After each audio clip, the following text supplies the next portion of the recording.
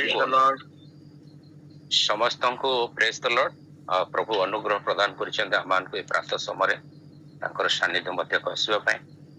ଆପଣମାନଙ୍କର ସମସ୍ତ ଆରାଧନା ସମସ୍ତ ଗୀତ ଗୁଡ଼ିକ ଯେତେବେଳେ ମୁଁ ଶୁଣୁଥିଲି ମୁଁ ଉତ୍ସାହିତ ହେଉଥିଲି ଯେ ପ୍ରଭୁ ଆମମାନଙ୍କୁ କିଭଳି ଭାବରେ ବିଭିନ୍ନ ପ୍ରକାର ଦାନ ଗୁଡ଼ିକ ଦେଇଛନ୍ତି ଏବଂ ତା ଦ୍ୱାରା ଆମେ କେମିତି ପ୍ରଭୁଙ୍କର ଗୌରବ କରୁଅଛୁ। ମୁଁ ବିଶେଷ କରି ଆପଣମାନଙ୍କର ଜୀବନ ପାଇଁ ମଧ୍ୟ ଆପଣମାନଙ୍କୁ ଧନ୍ୟବାଦ ଦଉଛି ଯେ ପ୍ରାତଃ ସମୟରେ ଆପଣମାନେ ଏତେ ବଡ଼ି ଭୋରୁ ଉଠି ପ୍ରଭୁଙ୍କର ପ୍ରଶଂସା ଆରାଧନା କରୁଛନ୍ତି, ଯୋଉଟା ଧୀରେ ଧୀରେ ଧିମେଇ ଯାଉଛି। କିଛି ଦିନ ତଳେ ଜଣେ ଭାଇଙ୍କ ସହିତ କଥା ହଉଥିଲି, ଆଉ ସେ ମତେ କହୁଥିଲେ କଟକର ଗୋଟେ ପରିସ୍ଥିତି ବିଷୟରେ। ସେ କହିଲେ ଗୋଟେ ଦିନ ଥିଲା ଯେ ଯେତେବେଳେ ପ୍ରଥମେ କଟକ ଆସିଥିଲେ, ସେ କହିଲେ ଗୋଟେ ସାହି ଭିତରେ ଦେଇକି ମୁଁ ଯେତେବେଳେ ସକାଳେ ଚାଲି ଯାଉଥିଲି, ଏଇ ଘରୁ ଯଦି ଗୋଟିଏ ଗୀତ ଶୁଭୁଥିବ ଆର ଘରୁ ଗୋଟିଏ ଗୀତ ଶୁଭୁଥିବ, ଏଇ ପ୍ରକାରର ପ୍ରାର୍ଥନାର ଯୋଉ ଧ୍ୱନିଟା, ପ୍ରାର୍ଥନାର ଯୋଉ ମାନେ ମହିମାର ଯୋଉ ସ୍ୱରଟା, ସେଟା ସକାଳ ସମୟରେ ସବୁ ପରିବାର ଭିତରୁ ଉଠୁଥିବ। କିନ୍ତୁ ଆଜି ଯେତେବେଳେ ସକାଳେ ସେ ଯାଉଛନ୍ତି ସେଟା ଆଉ ଶୁଭିବା ପାଇଁ ପାରୁନାହିଁ। କ୍ୱଚିତ କୋଉଠି କାହା ଘରୁ ଶୁଭୁଛି, କିନ୍ତୁ ସବୁ ଘରୁ ଶୁଭୁନାହିଁ। ସେତେବେଳେ ମୁଁ ଅନୁଭବ କରୁଥିଲି ଯେ କୋଉଠି ନା କୋଉଠି ଆମେ ଟିକେ କ୍ଷୀଣ ପଡିଯାଇଛୁ, ଟିକେ ଦୁର୍ବଳ ହେଇଯାଇଛୁ ପ୍ରାର୍ଥନାରେ, ବିଶ୍ୱାସରେ। ସେଥିପାଇଁ ପ୍ରଭୁ କିନ୍ତୁ ତା ଭିତରୁ ଆମମାନଙ୍କୁ ମନୋନୀତ କରିଛନ୍ତି, ବାଛିଛନ୍ତି ଆପଣମାନଙ୍କୁ, ଆଉ ଆପଣମାନଙ୍କ ଦ୍ୱାରା ପ୍ରାର୍ଥନାର ଯୋଉ ମୋମେଣ୍ଟଟା ଆରମ୍ଭ ହେଇଛି, ଆନ୍ଦୋଳନଟା ଆରମ୍ଭ ହେଇଛି, ସେ ସବୁ ପାଇଁ ମୁଁ ବିଶେଷରେ ପ୍ରଭୁଙ୍କୁ ଧନ୍ୟବାଦ ଦେବା ସଙ୍ଗେ ସଙ୍ଗେ ଆପଣମାନଙ୍କ ନିକଟରେ କୃତଜ୍ଞତା ଜ୍ଞାପନ କରୁଛି ଯେହେତୁ ଆପଣମାନଙ୍କ ପ୍ରାର୍ଥନା ଅନେକ ଜୀବନରେ କାର୍ଯ୍ୟ ସାଧନ କରୁଛି, ଅନେକ କାର୍ଯ୍ୟ ସାଧନ କରିଅଛି।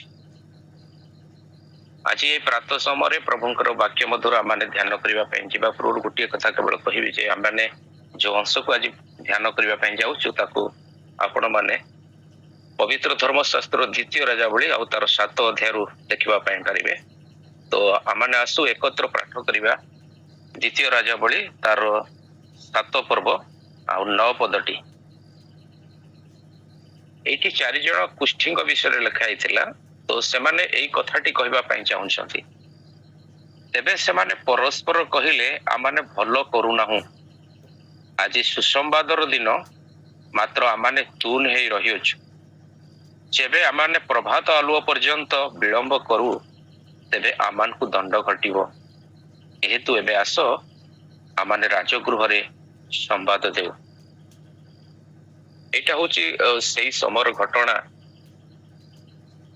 ଯଦି ଆମମାନେ ଇତିହାସକୁ ଯାଉ ବା ଆମମାନେ ଏହାର ପୂର୍ବ ଅଧ୍ୟାୟ ଗୁଡ଼ିକୁ ଯାଉ, ତାହେଲେ ଆମେ ଦେଖୁଛୁ ଯେତେବେଳେ ଇଲିଶା ଭାବବାଦୀ ଥିଲେ, ଆଉ ସେଇ ସମୟରେ ଦେଶରେ 7 ବର୍ଷ ଦୁର୍ଭିକ୍ଷ ପଡିଛି। ଦୁର୍ଭିକ୍ଷ କ୍ରମାଗତ ଭାବରେ ଲାଗିକି ରହିଛି।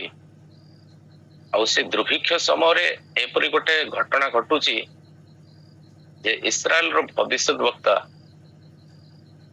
ସମରିଆ ବିଷୟରେ ଗୋଟେ ସେ ଭାବବାଣୀ କହୁଛନ୍ତି। ସେ ଗୋଟିଏ କଥା କହୁଛନ୍ତି,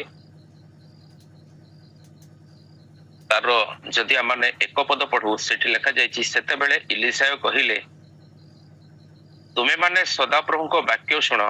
ସଦାପ୍ରଭୁ ଏଇ କଥା କହନ୍ତି, କାଲି ପ୍ରାୟ ଏଇ ସମୟକୁ ସମରିଆର ନଗର ଦ୍ୱାରରେ 1 ପଶୁରୀ ଶରୀର ମଇଦା 1 ସେକଲରେ ଓ 2 ପଶୁରୀ ଜବ 1 ସେକଲରେ ବିକା ହେବ।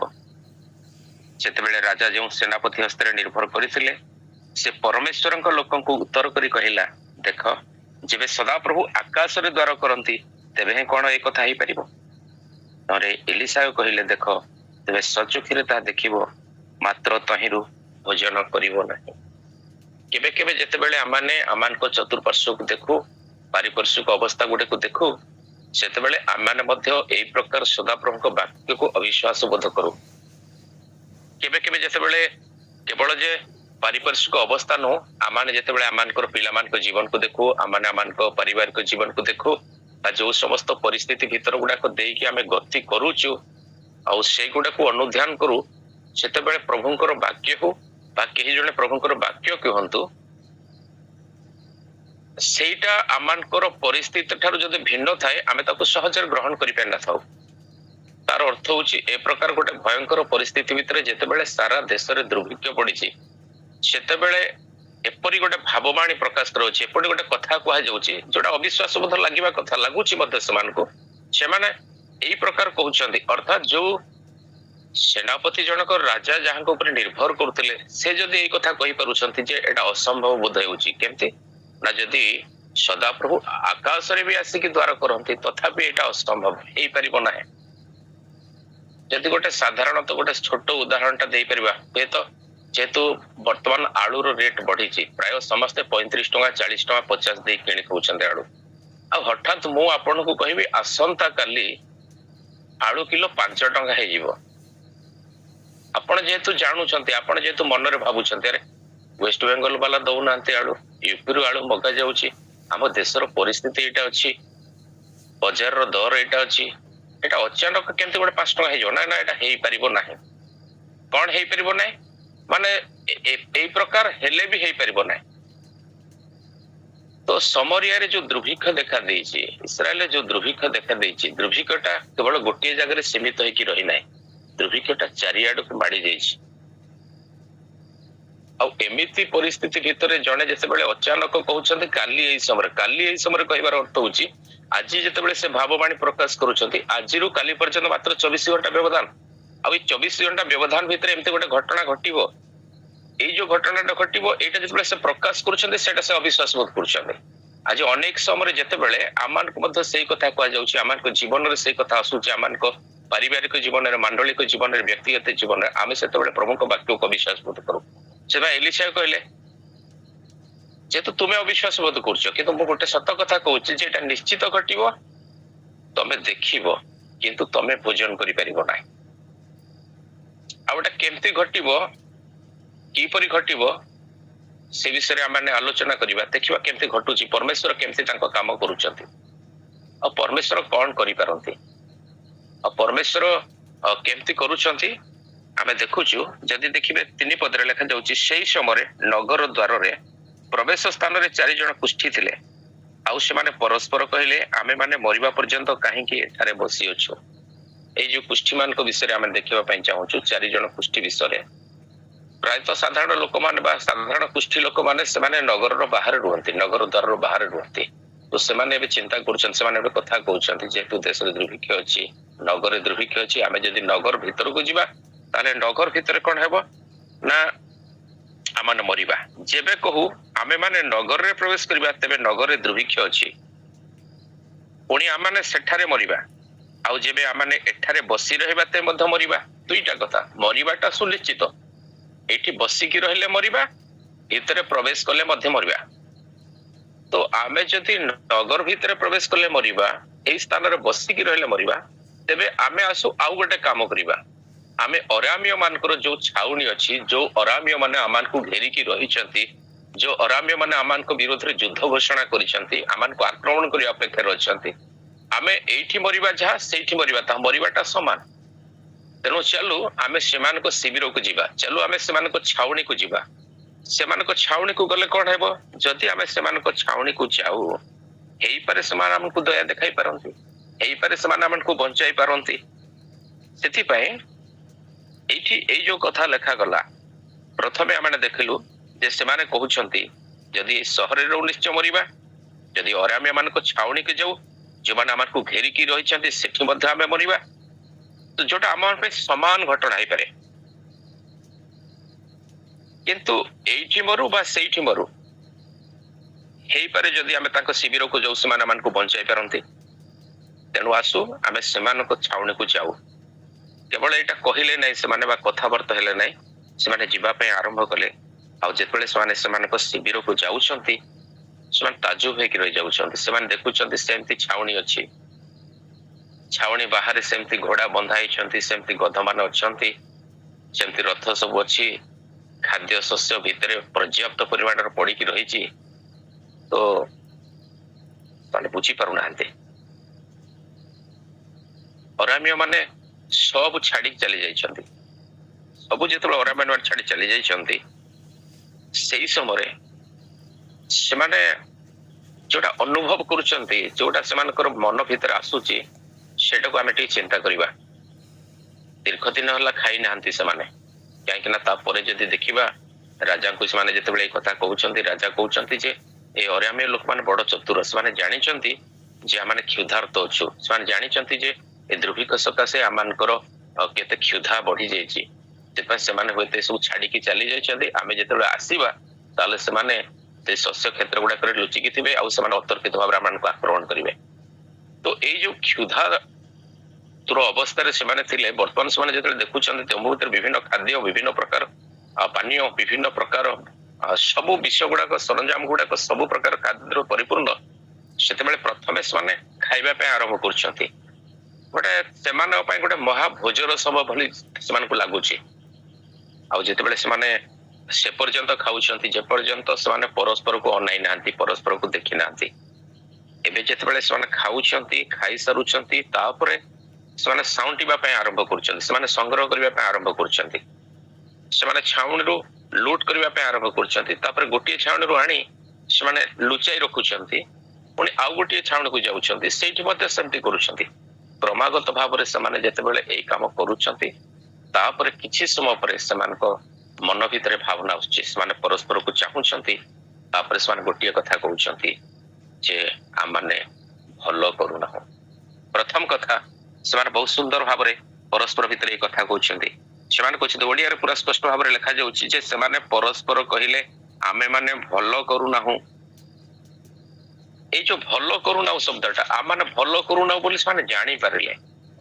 କାହିଁକି ଭଲ କରୁନାହୁଁ? କଣ ଭଲ କରୁନାହାନ୍ତି ସେମାନେ? ସେମାନେ କେବଳ ନିଜ ବିଷୟରେ ଚିନ୍ତା କରୁଛନ୍ତି।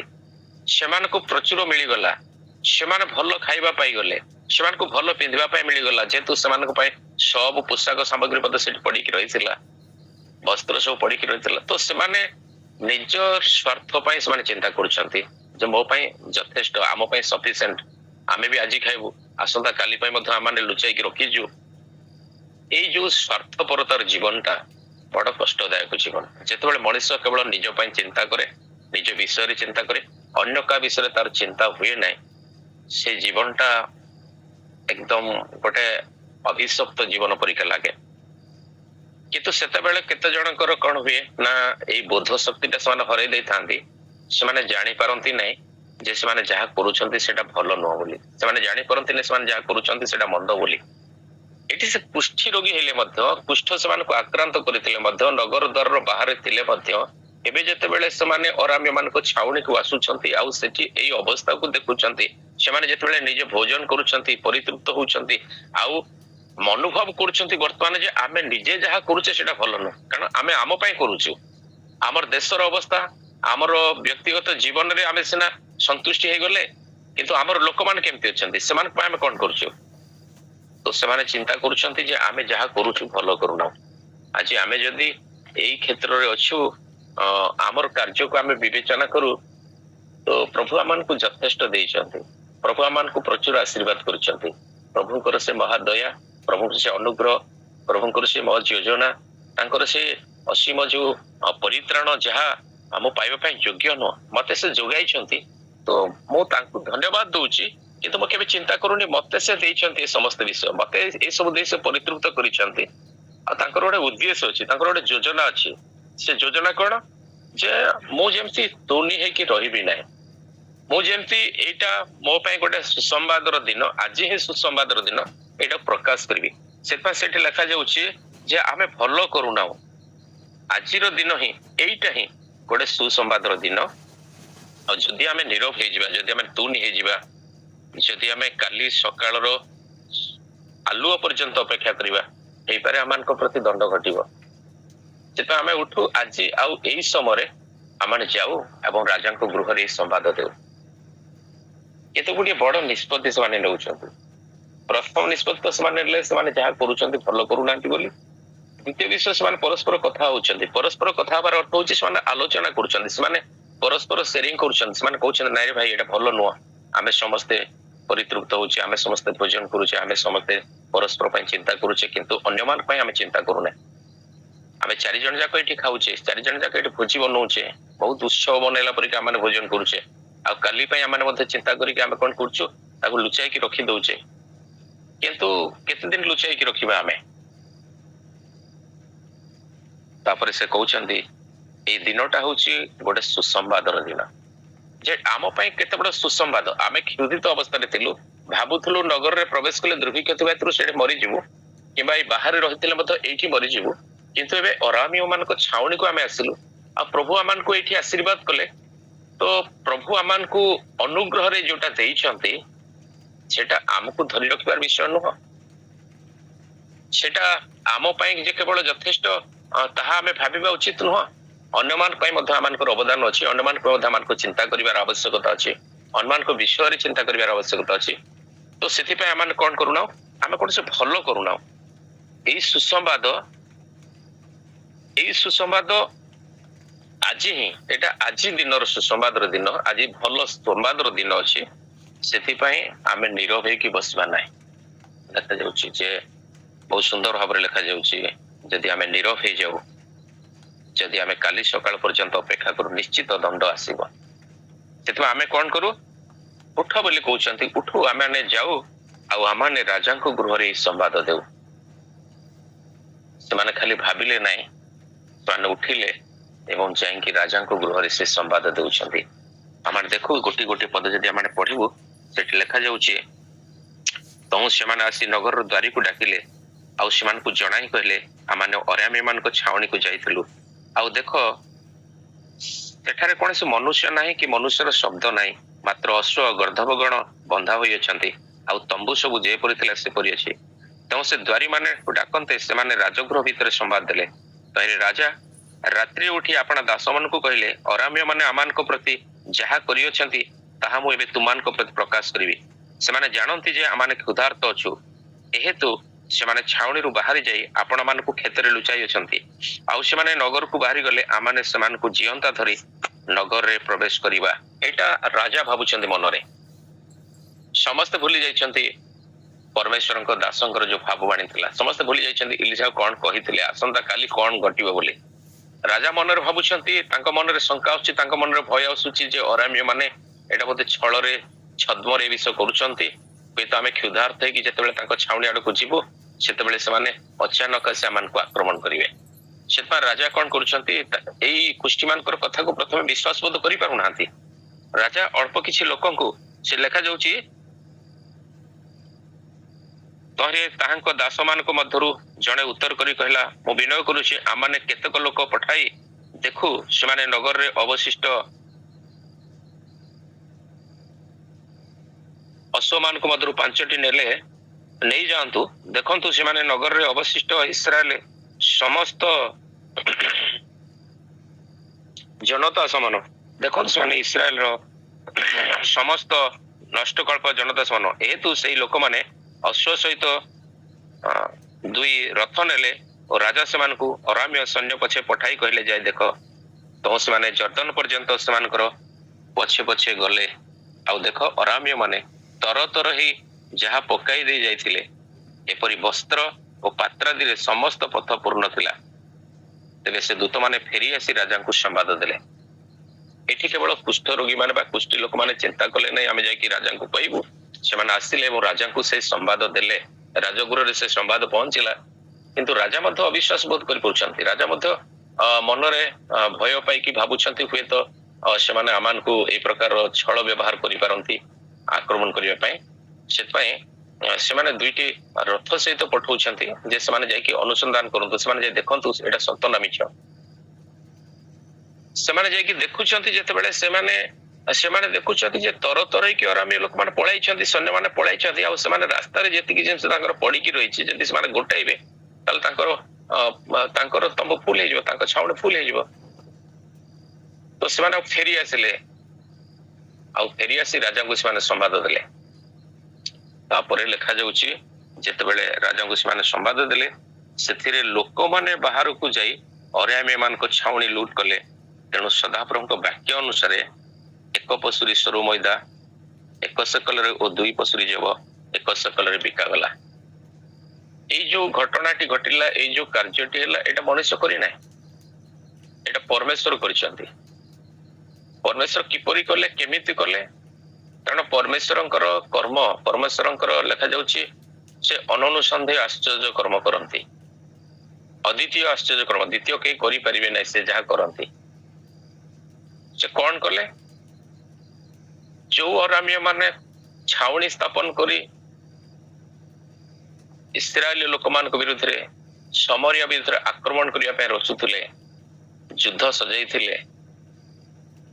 परमेश्वर से राति रे से गोधूली समय एपरी गोटे घटना घटाइले जे अराम्य सैन्य माने भाबुछंती मन भितरे रथर शब्द शुणी, अश्वर शब्द शुणी से माने मनरे भय पाई जाउछंती। से माने भाबुछंती बोध हुए एई इस्राएल राजा हितियो राजा मान को डाकिछंती, मिसरी राजा मान को डाकिछंती, आउ से माने तीन जण जाक एकत्र मिसी आम विरुद्ध रे कोन करछंती, युद्ध रचना करूछंती। सेति पय माने भय पाई सेमान को शिविर छाड़ी चली जाउछंती। जदि आमे देखू एठी लिखा जायछि जे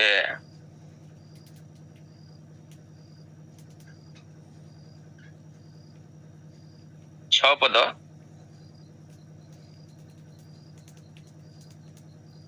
कारण सदाप्रभु अराम्य मान को सैन्यगण को रथ शब्द, अश्व शब्द अर्थात महासैन्य शब्द शुणाई थिले। एई शब्द केवल अराम्य माने शुणुचंती, एई शब्द इस्राएलिय माने शुणी नांती, एई शब्द समरिया निवासी शुणी नांती, एई शब्द जिहुदार लोक माने शुणी नांती। एई शब्द केवल अराम्यर सैन्य माने शुणुचंती। कोन शुणुचंती से माने ना रथर शब्द शुणुचंती, अश्वर शब्द शुणुचंती, महासैन्यर शब्द शुणुचंती। आ तहिरे से माने परस्पर कहले देखो इस्राएल राजा आमान को आक्रमण करिया पई हितियो मान को राजा गण को, मिस्रिय मान को राजा गण को आमान को प्रतिकूल रे वेतन दे नियुक्त करिसंती। एहेतु से माने उठी गोधुली समय पळाइले। आउ से माने आपणा मानक तंबू, अश्व, गर्धब, छाउणी जेपरि थिला सेपरि छाड़ी आपणा मानक प्राण रक्षार्थ पड़ेले। एते भय पाइले से सैन्य माने, एते भय पाइले से अराम्य माने से माने केवल निजर प्राण बंचिया पे सब छाड़ी चली गले। सेमानकर खाद्य, सेमानकर समस्त पानीय, सेमानकर समस्त वस्त्र पोशाक, सेमानकर जहा सब तंबर थिला जेते जिंस थिला सब को छाड़ी के सेमान चली गले। सेमान को के भयभीत कराइले, सेमान को प्रतिकूल रे के हस्तक्षेप कले, प्रभु हस्तक्षेप कले। मोर मन अछि जणे अक्षय नायक बोली हमर ई पाख पूर्वटांगर बळदिया बंध ढेंकानाल पाखरे गोटे गांटा अछि, सेठी जण पास्टर सेठी तांकर नाम अछि अक्षय कुमार नायक, अक्षय लेंका तांको कहते। तो अक्षय लेंका से जते बेले शंकरपुर अंचल को सुषमाचार नै कि जाउथले, से सुषमाचार नै कि जाउथबा भितरे तांको विरोध रे किछि लोक माने उठिले। जोडे साई भितरे बसी सुषमाचार प्रचार करछंती। आउ एमाने लोक माने एठी तांको विरोध रे कथा होचंदी गोटे पान दुकान रे से आसु आ ताको आमाने आक्रमण करबा, से आसु ताको आमाने माडो मारिबा, आउ थरे एठी न आसीबा पई ताको बारण करबा। से माने सेया भाबी कि से पान दुकान ठरे अपेक्षा करछंती। आउ से अक्षय लेंका जेतले सेठी सुषमाचार प्रचार करले, वाक्य देले, प्रार्थना करले, आ प्रार्थना करी से फेरुछंती। एमाने आक्रमण करिवे कोन उल्टी से माने तांको कहउछंती भाई आपण कोन भाबिले एते लोक को आपण सांगरे धरि आछंती, एते लोक आपण को पाखरे अछंती, आपण कोन भाबिले हमको जे आमे आपण को बाडै थांतु, आपण को मारि थांतु, आपण को किछ कहि थांतु, आपण एते लोक को आपण को सहित धरि आछंती। तो ना मो से तो के आसी नांती, मो तो एका आसी। तो सेतबेले से गोटे कथा कहउतले, कहले भाई जे पान दुकान ठिया कि से माने मो विरोध रे सेना कथा होतले, बोधे प्रभु ताको आखि खोली देले। माने जेतले मते देखिले, खाली मते देखिले नै, मो चारिपटे से अनेक लोक को देखिले, जोटा कि से दिन एलिसा को जीवन रे घटी थिला। गेहजी जेतेबेले आसी कहिला जे राजा आपण को विरोध रे छावणी स्थापन करिसंती, आउ आमे जो पर्वत रे अछि दोथन रे अछि बोली से जानि छी, दोथन को चारिपटे से घेरी की रही छी, आमे वर्तमान कोन करिवा। आउ सेही समय एलिसा गोटे प्रार्थना करतले, प्रभु ए जुवा लोकर चक्षु खोली दियो जेमति से देखि परिबो। आ जेतेबेले से चक्षु खोली देथिले प्रभु, तेतेबेले से देखिथिला जे एलिसा जो कथा कहिथिले जे सेमानकर संगीगण अपेक्षा आमर संगीगण अधिक बोली केहि जे जानि परले जे केमति पहाड़, अग्निमय रथ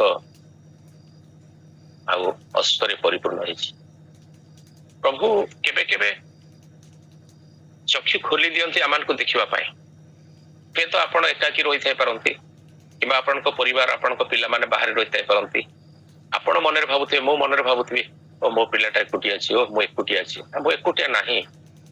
ଯଦି ମୁଁ ଦେଖିବି ଯେ ପ୍ରକୃତରେ ମୁଁ ଏକା ନାହିଁ, ମୋ ଚାରିପଟେ ପ୍ରଭୁ ଅସଂଖ୍ୟ ବାହିନୀ ମାନଙ୍କୁ ରଖିଛନ୍ତି, ମୋ ଚାରିପଟେ ପ୍ରଭୁ ଅସଂଖ୍ୟ ଦୂତ ମାନଙ୍କୁ ରଖିଛନ୍ତି। ପ୍ରଭୁ ହୁଏତ ମୁଁ ତାକୁ ମୋ ଚର୍ମଚକ୍ଷୁରେ ଦେଖିପାରୁନାହିଁ, କିନ୍ତୁ ପ୍ରଭୁ ଜାଣନ୍ତି, କିନ୍ତୁ ପ୍ରଭୁ ମୋର ସୁରକ୍ଷାର ଭାର ନେଇଛନ୍ତି। ସେଥିପାଇଁ ମୋର ପରିସ୍ଥିତି ଯେତେ ଜଟିଳ ହଉନା କାହିଁକି, ମୁଁ ଯେତେ ଦୁର୍ଭିକର ପରିସ୍ଥିତି ଭିତରେ ଦେଇ ଗତି କରେ ନା କାହିଁକି, ବା ଦୁର୍ଭିକ୍ଷ ଥାଉ ନା କାହିଁକି, ଯେତେ ଭୟଙ୍କର ଥାଉ ନା କାହିଁକି, ମତେ ପ୍ରଭୁଙ୍କ ବାକ୍ୟକୁ ଅବିଶ୍ୱାସ ବୋଧ କରିବାକୁ ହେବ ନାହିଁ। କେବେ କେବେ ଆପଣମାନଙ୍କ ପିଲାମାନଙ୍କ ଜୀବନକୁ ଦେଖୁଛନ୍ତି, ଯେତେବେଳେ ଆପଣ ମନରେ ଭାବୁଛନ୍ତି ଏହା ଦ୍ୱାରା ଆଉ କିଛି ହବ ନାହିଁ, କାହିଁକିନା ଆପଣ ତାକୁ ଚିହ୍ନିଛନ୍ତି, ଆପଣ ତାକୁ ଜାଣିଛନ୍ତି, ତାର ଅବସ୍ଥାକୁ ଜାଣିଛନ୍ତି, ତାର ବୁଦ୍ଧିକୁ, ତାର ଟ୍ୟାଲେଣ୍ଟକୁ, ତାର ସବୁ ବିଷୟକୁ, ଦକ୍ଷତାକୁ ଆପଣ ଜାଣିଛନ୍ତି। ଆପଣ ମାପୁଛନ୍ତି ଆପଣଙ୍କ ଦୃଷ୍ଟିଭଙ୍ଗୀରେ, ଆପଣ କହୁଛନ୍ତି ନାଇଁ ମ ୟା ଦ୍ୱାରା ଆଉ କଣ ହେବ, କିଛି ହିଁ ହେବ ନାହିଁ। କିନ୍ତୁ ଯେତେବେଳେ ପ୍ରଭୁଙ୍କର ବାକ୍ୟ ଆପଣଙ୍କୁ କହୁଛି ଯେ ନାଇଁ ଏହା ହେବ, ଏଇଟା ଘଟିବ, ତ ଆପଣ ସେତେବେଳେ ଅବିଶ୍ୱାସ ବୋଧ କରନ୍ତୁ ନାହିଁ। ପରମେଶ୍ୱରଙ୍କ ବାକ୍ୟ ଯେତେବେଳେ ଆପଣଙ୍କୁ ପ୍ରକାଶନ ଆସୁଛି ଯେ ଏହା ହିଁ ହେବ, ସେତେବେଳେ କେବେ ବି ପରମେଶ୍ୱରଙ୍କ ବାକ୍ୟକୁ ସନ୍ଦେହ କରନ୍ତୁ ନାହିଁ। କାରଣ ପରମେଶ୍ୱରଙ୍କ ବାକ୍ୟକୁ ସନ୍ଦେହ କରିଥିବା ହେତୁ ସେ ସେନାପତି ସେଦିନ ଦେଖିଲା ଯେ ଇଲିଶା ଯାହା କହିଥିଲେ ତାହା ହିଁ ଘଟୁଛି, ତାହା ହିଁ ହେଲା, କିନ୍ତୁ ସେଟା ଭୋଜନ କରିବା ପାଇଁ ସେ ରହିଲା ନାହିଁ। ଦଳ ଚକଟା ହେଇକି ଶେଷରେ ତା ପ୍ରାଣ ଗଲା। ଏଠି କହିବାର ବିଷୟ ହେଉଛି କଣ, ଯେ ଆମର ଯେତେବେଳେ ପାରିପାର୍ଶ୍ୱିକ ଅବସ୍ଥା ଗୁଡାକୁ ଆମେ ଦେଖୁ, ଦେଶର ଅବସ୍ଥାକୁ ଦେଖୁ, ସମାଜର ଅବସ୍ଥାକୁ ଦେଖୁ, ଆଉ ପରିବାରକୁ ଦେଖୁ, ସେତେବେଳେ ଆମେ ଭାବୁ ବୋଧ ହୁଏ ଏଇଟା ହେବ ନାହିଁ। ଏପରିକି ସ୍ୱୟଂ ବେଳେ ବେଳେ ଆମେ ଏଇ କଥା କହୁ, ପରମେଶ୍ୱର ଓହ୍ଲାଇ ଆସିଲେ ବି ଏଇଟା ହେବ ନାହିଁ, ଏଇଟା ଆମକୁ ଏତେ ଅସମ୍ଭବତା ଲାଗେ ବୋଲି। କିନ୍ତୁ ଯଦି ଆମେ ନିଜେ ଅନୁଭବ କରିଛୁ ଆମମାନଙ୍କ ଜୀବନରେ, ଆମେ ଜାଣିଛୁ ଆମ ପରମେଶ୍ୱର କେଡ଼େ ମହାନ କର୍ମ କରନ୍ତି। ଆଶ୍ଚର୍ଯ୍ୟ ହେଲେ ମଧ୍ୟ, ଅସମ୍ଭବ ହେଲେ ମଧ୍ୟ ତାକୁ ସମ୍ଭବ କରିବାର ପରମେଶ୍ୱର ସେ ଅଟନ୍ତି। ଆଉ ସେ ସେଇ କାମ କଲେ ଯାହା ଏଲିଶାକୁ କହିଥିଲେ, ସେଦିନ ତାହା ଘଟିଲା। ଆଶ୍ଚର୍ଯ୍ୟ ପ୍ରକାରେ ଅରାମୀ ମାନେ ନିଜ ଛାଉଣି ଛାଡିକି ଚାଲିଗଲେ, ସେମାନଙ୍କୁ ପ୍ରଭୁ ଭୟଭୀତ କରାଇଦେଲେ। ସେମାନଙ୍କୁ ଶୁଭିଲା ରଥର ଶବ୍ଦ, ଅଶ୍ଵର ଶବ୍ଦ, ମହାସୈନ୍ୟ ମାନଙ୍କର ଶବ୍ଦ। ମନରେ ଭାବୁଛନ୍ତି ସେମାନେ ମିଶରୀୟ ମାନେ ଆସିଛନ୍ତି, ହିତୀୟ ମାନେ ଆସିଛନ୍ତି, ଇସ୍ରାଏଲୀୟ ମାନେ ଆସିଛନ୍ତି, ଏକତ୍ର ମିଶି ଏମାନେ ଆକ୍ରମଣ କରିବେ ଆମକୁ। ତ ନିଜ ନିଜର ପ୍ରାଣ ରକ୍ଷା କରିବା ପାଇଁ ସେମାନେ ପଳେଇଗଲେ। ଆଉ ଯାହା ଛାଡିକି ଚାଲି ଯାଇଥିଲେ, ଏମାନେ ବର୍ତ୍ତମାନ ତାକୁ ସଂଗ୍ରହ କରିବା ପାଇଁ ଯାଉଛନ୍ତି। କାହା କଥାରେ ଯାଉଛନ୍ତି? କୁଷ୍ଠୀମାନଙ୍କ କଥାରେ ଯାଉଛନ୍ତି। କୁଷ୍ଠୀମାନେ ଯୋଉ ନିଷ୍ପତ୍ତି ନେଉଛନ୍ତି, ନିଷ୍ପତ୍ତିଟା ହେଲା ଆଜି ପାଇଁ ସବୁଠୁ ବଡ ସମ୍ବାଦ। ସେମାନେ ଅନ୍ତତଃ ପକ୍ଷେ ଜାଣୁଛନ୍ତି ଯେ ଆମେ ଯାହା କରୁଛୁ ସେଟା ଭଲ ନୁହଁ। ଆଜି ବି ଯଦି ଆମେ ଏବ୍ରି ପୁସ୍ତକ ପାଠ କରୁ, ଆଉ ତାର ସେଇ 6 ଅଧ୍ୟାୟକୁ ଯାଉ, ଆଉ 7-8 ପଦ ପଢୁ, ସେଠି ମଧ୍ୟ ସେଇ କଥା ଲେଖାଯାଉଛି। ଯଦି ଭୂମି ଉପରେ ବୃଷ୍ଟି ଜଳ ପଡୁଛି, ଆଉ ସେ ଭୂମି କଣ କରୁନାହିଁ ନା ଶସ୍ୟ ଉତ୍ପନ୍ନ କରୁନାହିଁ, ତାହେଲେ ସେଟା ଅଭିଶପ୍ତ ଭୂମି। ଆଶୀର୍ବାଦ ଆସୁଛି ମୋ ଉପରେ, ମୁଁ ଯଦି ଆଶୀର୍ବାଦକୁ ବଣ୍ଟନ କରୁନାହିଁ, ଆଶୀର୍ବାଦର ଆକର ହଉନାହିଁ, ତାହେଲେ ମୁଁ ଅଭିଶପ୍ତ। ପରମେଶ୍ୱର ଆବ୍ରାହମକୁ ସେଦିନ ଗୋଟିଏ କଥା କହିଲେ, ଆବ୍ରାହମ ମୁଁ ତୁମକୁ ଖାଲି ଆଶୀର୍ବାଦ କରିବି ସେତିକି କହିଲେ ନାହିଁ, ଆମେ ତୁମକୁ ଆଶୀର୍ବାଦ କରିବା କହିଲେ, ତାପରେ କହିଲେ ତୁମେ ଆଶୀର୍ବାଦର ଆକର ହେବ, ତୁମଠାରୁ ସବୁ ବଂଶ, ସବୁ ଗୋଷ୍ଠୀ, ସବୁ ଜାତି ଆଶୀର୍ବାଦ ପ୍ରାପ୍ତ ହେବେ। ତାର ଅର୍ଥ ପ୍ରଭୁ ଏଇଆ କରିବା ପାଇଁ ଚାହୁଁଛନ୍ତି ଆମମାନଙ୍କୁ, ଯେ ଆମମାନେ ଖାଲି ଆଶୀର୍ବାଦ ପାଇବୁ ନାହିଁ, ଆମମାନେ ଆଶୀର୍ବାଦ ଗୋଟେ ଉତ୍ସ ହେବୁ, ଆମମାନଙ୍କରୁ ଯେମିତି ଆଶୀର୍ବାଦ ଅନ୍ୟମାନେ ପ୍ରାପ୍ତ ହେବେ। ସେଥିପାଇଁ ଏଇ କୁଷ୍ଠୀମାନେ କହୁଛନ୍ତି, ଆରେ ଭାଇ ଆମେ ଯାହା କରୁଛେ ଭଲ କରୁନାହିଁ। କାହିଁ କରୁନାହିଁ? ଆମେ ଖାଲି ନିଜ ବିଷୟରେ ଚିନ୍ତା କରୁଛେ, ଆମ ପ୍ରାଣ ବଞ୍ଚାଇବା ପାଇଁ ଚିନ୍ତା କରୁଛେ। ଯାହା ପାରିଲେ ଆମେ ତାକୁ ସଞ୍ଚୟ କରିଦେଲେ, ଯାହା ପାରିଲେ ତାକୁ ଆମେ ଖାଇଲେ, ଯାହା ପାରିଲେ ପେଟ ଭର୍ତ୍ତି କରିଦେଲେ। କିନ୍ତୁ ଅନ୍ୟମାନେ ଅଛନ୍ତି, ଆମର ଭାଇମାନେ ଅଛନ୍ତି, ଆମର ବନ୍ଧୁମାନେ ଅଛନ୍ତି, ଆମର ପ୍ରିୟଜନ ମାନେ ଅଛନ୍ତି, ସେମାନଙ୍କ ପାଇଁ ଆମମାନଙ୍କର ଚିନ୍ତା କେବେ ହେବ?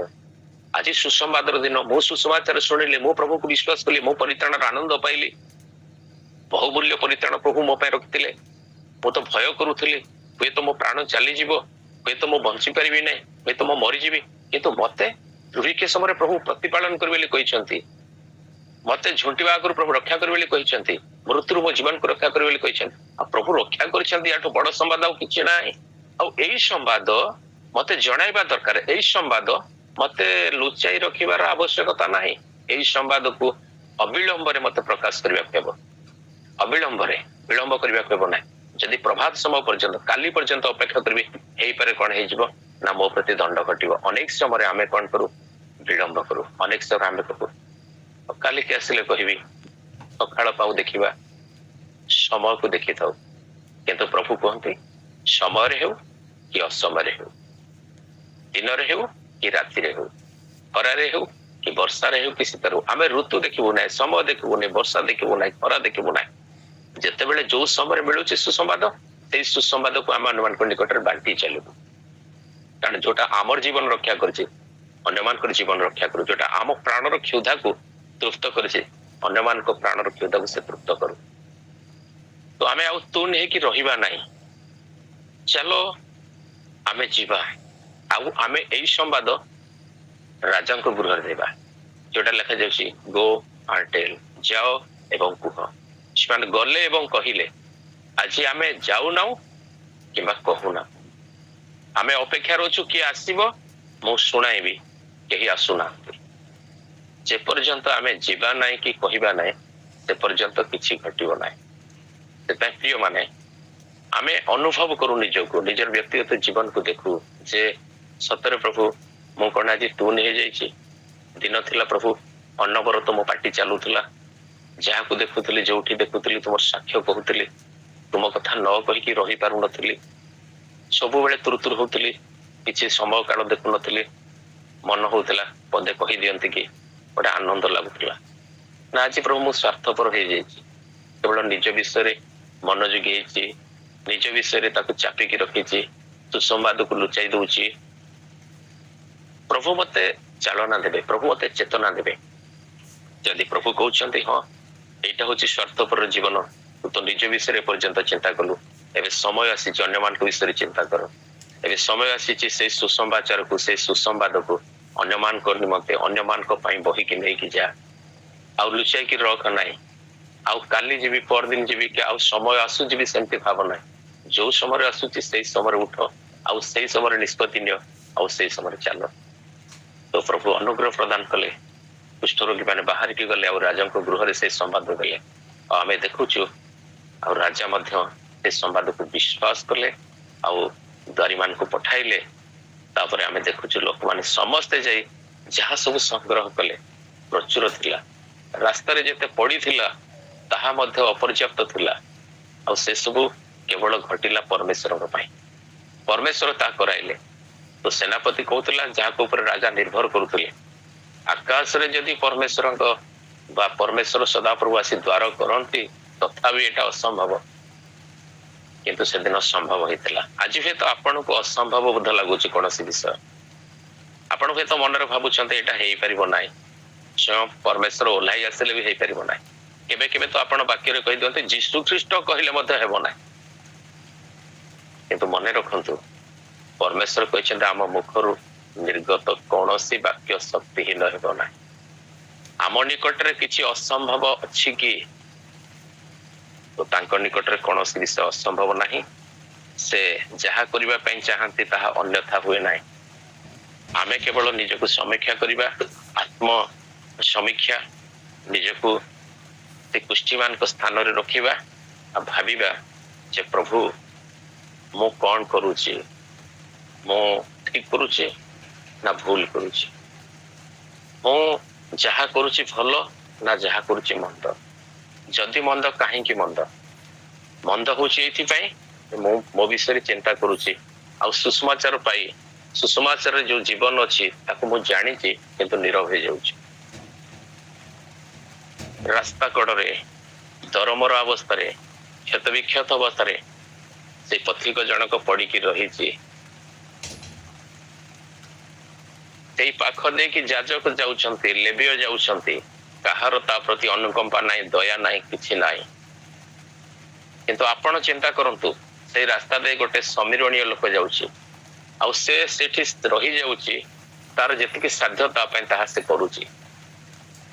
ମୁଁ ସେ କାହାଣୀ ଆଡକୁ ଆପଣଙ୍କୁ ନେବି ନାହିଁ, ଯେହେତୁ ସେଟା ଆପଣ ସମସ୍ତେ ଜାଣିଛନ୍ତି। କେବଳ ଗୋଟିଏ କଥା କହୁଛି, ଆଜି ଆପଣଙ୍କ ପାଖରେ ଅନନ୍ତ ଜୀବନର ବାକ୍ୟ ଅଛି, ଆପଣଙ୍କ ପାଖରେ ଜୀବନଦାୟକ ବାକ୍ୟ ଅଛି, ଯୋଉ ବାକ୍ୟ ଦ୍ଵାରା ଜୀବନ ପ୍ରାପ୍ତ ହୁଅନ୍ତି ଲୋକମାନେ, ଆଲୋକ ପ୍ରାପ୍ତ ହୁଅନ୍ତି ଲୋକମାନେ। ଆଉ ଆପଣ ଦେଖୁଛନ୍ତି ଆପଣଙ୍କ ଚାରିପଟର ଲୋକମାନେ ସେଇ ପ୍ରକାର ମୁର୍ମୁଷ ଅବସ୍ଥାରେ ଅଛନ୍ତି, ଦରମରା ଅବସ୍ଥାରେ ଅଛନ୍ତି। ଅର୍ଥାତ୍ ଯଦି ଆପଣ ତାଙ୍କୁ ଛାଡିକି ଚାଲିଯିବେ ସେମାନେ ମରିଯିବେ, ଯଦି ଆପଣ ତାଙ୍କ ପାଖରେ ଦଣ୍ଡେ ରହିଯିବେ ସେମାନେ ବଞ୍ଚିଯିବେ।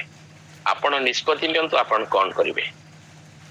ଆପଣ ଏବେ ହିଁ ନିଷ୍ପତ୍ତି ନିଅନ୍ତୁ ଯେ ଆପଣଙ୍କର କର୍ତ୍ତବ୍ୟ କଣ। ପ୍ରଥମରୁ କହିଛି ଆପଣଙ୍କ ପାଖରେ ସେ ଜୀବନଦାୟକ ବାକ୍ୟ ଅଛି। ଯଦି ଆପଣ ସେମାନଙ୍କ ପାଖରେ କ୍ଷଣଟେ ରହିଯିବେ ଆଉ ଭାବିବେ ଯେ ମୋର କିଛି କାର୍ଯ୍ୟ ଅଛି ତା ପାଇଁ କରିବା ପାଇଁ, ମୋର ତା ପ୍ରତି ଦୟା କରିବାକୁ ଇଚ୍ଛା ହେଉଛି, ତାହେଲେ ହୁଏତ ଆପଣଙ୍କ ସେବା ଦ୍ୱାରା, ଆପଣଙ୍କ କାର୍ଯ୍ୟ ଦ୍ୱାରା, ଆପଣଙ୍କ ପ୍ରେମ ଦ୍ୱାରା ସେ ଲୋକଟା ବଞ୍ଚିଯିବ। କିନ୍ତୁ ଯଦି ଆପଣ ଛାଡିକି ଚାଲିଯିବେ ସେ ମରିଯିବ। କାହିଁକି ନା ଏଇଟା ହଉଛି ସୁସମ୍ବାଦର ଦିନ, ତା ପାଇଁ ଶୁଭ ସମ୍ବାଦର ଦିନ। ଆପଣ ତୁ ନେଇକି ରହିବାର ଦିନ ନୁହଁ, ନୀରବ ହେଇକି ରହିଯିବାର ଦିନ ନୁହଁ। ଆପଣ ଯାହା ଜାଣିଛନ୍ତି, ଆପଣ ଯାହା ଦତ୍ତ ହେଇଛି, ଆପଣ ସେଇଟା ହିଁ କରନ୍ତୁ। ତାହେଲେ ପ୍ରଭୁ ଆପଣଙ୍କୁ ଆଶୀର୍ବାଦ କରିବେ। ଯଦି ଆମେ ଅବହେଳା କରିବା, ଭାବିବା ଆସନ୍ତା କାଲି ହଉ ସକାଳ ହଉ କରିବା, ତାହେଲେ ନିଶ୍ଚିତ ଭାବରେ ଆମମାନଙ୍କ ପ୍ରତି ଦଣ୍ଡ ଅଛି, ଯୋଉଟା କି ପ୍ରଭୁ କରନ୍ତି ପୁସ୍ତକରେ କହିଲେ, ହାୟ ଯଦି ମୁଁ ସୁସମାଚାର ପ୍ରଚାର କରୁନାହିଁ ତାହେଲେ ମୁଁ ଦଣ୍ଡର ପାତ୍ର। ସେଥିପାଇଁ ସୁସମାଚାର ପାଇଁ ଲଜ୍ଜାବୋଧ କରିବା ନାହିଁ, ସୁସମାଚାରକୁ ପ୍ରକାଶ କରିବା। ପ୍ରଭୁ ଏ ପ୍ରାତଃ ସମୟରେ ଆପଣଙ୍କୁ, ମତେ, ଆମ ସମସ୍ତଙ୍କୁ ଆଶୀର୍ବାଦ କରନ୍ତୁ। ଆମମାନଙ୍କ ପ୍ରତ୍ୟେକ ପରିବାରକୁ ଆଶୀର୍ବାଦ କରନ୍ତୁ। ଆମେ ଯେ ପ୍ରକାର ପ୍ରତ୍ୟେକ ପ୍ରଭୁଙ୍କ ବାକ୍ୟକୁ ଅବିଶ୍ୱାସ ନ କରି ବିଶ୍ୱାସରେ ଗ୍ରହଣ କରିବା, ପ୍ରଭୁ ଯାହା କହୁଛନ୍ତି ସେଟା ନିଶ୍ଚିତ ସମ୍ଭବ ହେବ, ସେଇଟା ନିଶ୍ଚିନ୍ତ ହିଁ ଘଟିବ। ଏଇ କଥାକୁ ଅକ୍ଷରେ ଅକ୍ଷରେ ମାନିବା ଆଉ ଆମ ଜୀବନରେ ଯୋଉ ଯୋଜନା ସବୁ ପ୍ରଭୁ କରିଥିଲେ, ଯାହାକୁ ସାକାର କରିଛନ୍ତି, ଯାହା ଆମେ ପାଇଛୁ, ଅନ୍ୟମାନଙ୍କ ଜୀବନରେ ଯେ ତାର ଅଂଶୀ ହେବା ଆଉ ସୁସମାଚାର ଦ୍ୱାରା ଅନେକଙ୍କ ପ୍ରାଣକୁ ବଞ୍ଚାଇବା, ଅନେକଙ୍କ ଆତ୍ମିକ ଜୀବନର କ୍ଷୁଧା ତୃପ୍ତ କରିବା। ପ୍ରଭୁ ଏହି ଆଶୀର୍ବାଦ ଆମ ପ୍ରତ୍ୟେକଙ୍କୁ କରନ୍ତୁ। ଆମେନ୍। ସମସ୍ତଙ୍କୁ